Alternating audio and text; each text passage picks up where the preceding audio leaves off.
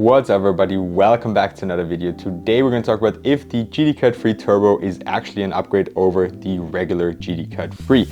Let's get straight into it and start with a very important topic, which is the retail price. The regular GT Cut Free was already pretty expensive at 180 euros. The GT Cut Free Turbo takes it to another level. I know there's supposed to be an upgraded version, but still 20 euros more is a very high retail price. They're coming in at 200. Moving on to the first performance category, which is going to be the traction performance, which is always really damn important for me, and I know for all hoopers out there as well, because if you don't have a good bite, you just can't enjoy a basketball shoe. And at first glance, if you look at the two outsoles, just comparing them here side by side, they do look exactly the same. I also didn't really feel a big performance difference. Both have a very good bite on indoor courts, and both also work on dustier courts. The pattern is a herringbone type pattern, and while it's very aggressive and really sticks well on indoor courts, I highly discourage you from using them outdoors because the durability is just abysmal. It's really terrible. Started to wear off on my regular GT Cut Frees indoors after, let's say, 1 month only. So I really wouldn't take these outdoors, only in the case that you have a lot of money and you don't care and you really want to hoop with them outdoors. Do it, but you're going to have to get a new pair after like probably 2 weeks if you hoop with them every day. The bite itself, as I said, is very good. There are some colorways that have a translucent outsole, some colorways that have a partially translucent outsole. Here on the two colorways I have here, this is a solid rubber colorway on the Jewel Lloyd PE, and this is a slightly translucent colorway. You can see this little plate here on the forefoot throughout the translucent part. I didn't notice any performance differences between the translucent and the solid rubber outsoles. Moving on to the cushioning setup, that's where it gets interesting, as it's the first big change of the shoe. Here on the regular GT Cut Free, this was the first basketball shoe that used ZoomX as a cushioning setup, which felt absolutely amazing and straight up turned into one of my favorite cushioning setups instantly. I just love how bouncy it feels, and yet it's still so lightweight. You still have good court feel. All of that just makes the GT Cut Free an amazing performer, and also one of the reasons why they are one of my best basketball shoes of last year, or one of my favorite shoes. On the GT Cut Free Turbo, luckily they kept ZoomX, but now it's encapsulated in a Phylon midsole. I still think it feels very similar, maybe a little bit more stiff and not as bouncy, but I really couldn't notice it that much, especially because there's also an extra add-on here. We have a ZoomX. I really wouldn't call it an insole. I know it says insole on Nike.com and everywhere where you can buy them, but it's a really thin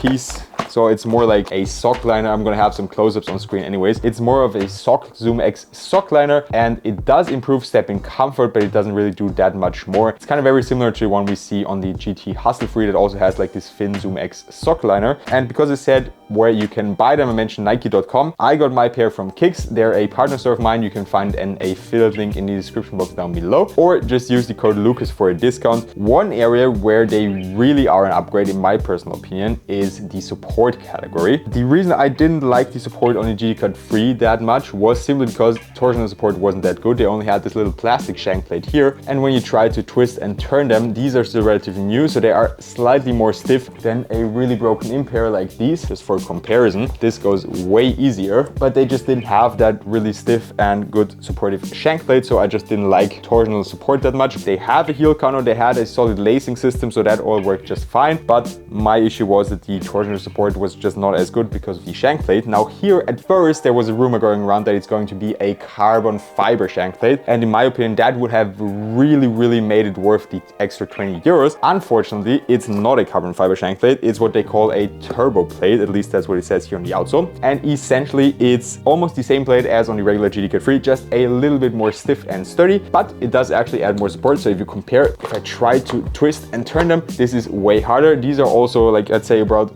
the same amount of times as these, so that's a very fitting comparison. And also if you try to twist them side by side, these are way more stable, so I definitely enjoyed these a lot more from a support standpoint. Another reason these are more supportive is also part of the upper, as they are way thicker, more sturdy. The regular GT Cut Free had like a, let's call it a regular textile material. I can give you a little close-up here. You can see it was very thin, very lightweight, but also just not as containing. And here on the GT Cut Free Turbo, we kind of have a plasticky, ribbed upper material. It's also like a synthetic, but it feels very, very plasticky. It does break in nicely. When I first got them, they were way more stiff, but that also adds to the support because just your foot can't move as much side to side. So support is definitely better on the GD Cut Free Turbo. And I talked about the materials a little bit, that kind of goes hand in hand. There's some other big changes as well. Just if you take a look side by side, you can already see one big one is the tongue. Here, that was actually one of my favorite things as well. This little air pillow in here, it was so nice, such a nice thing here. Felt so comfy and it wasn't too thick, which I just sometimes don't like as much. And the tongue down here was kind of like a runner's tongue. It was very, very thin, almost no material there. The laces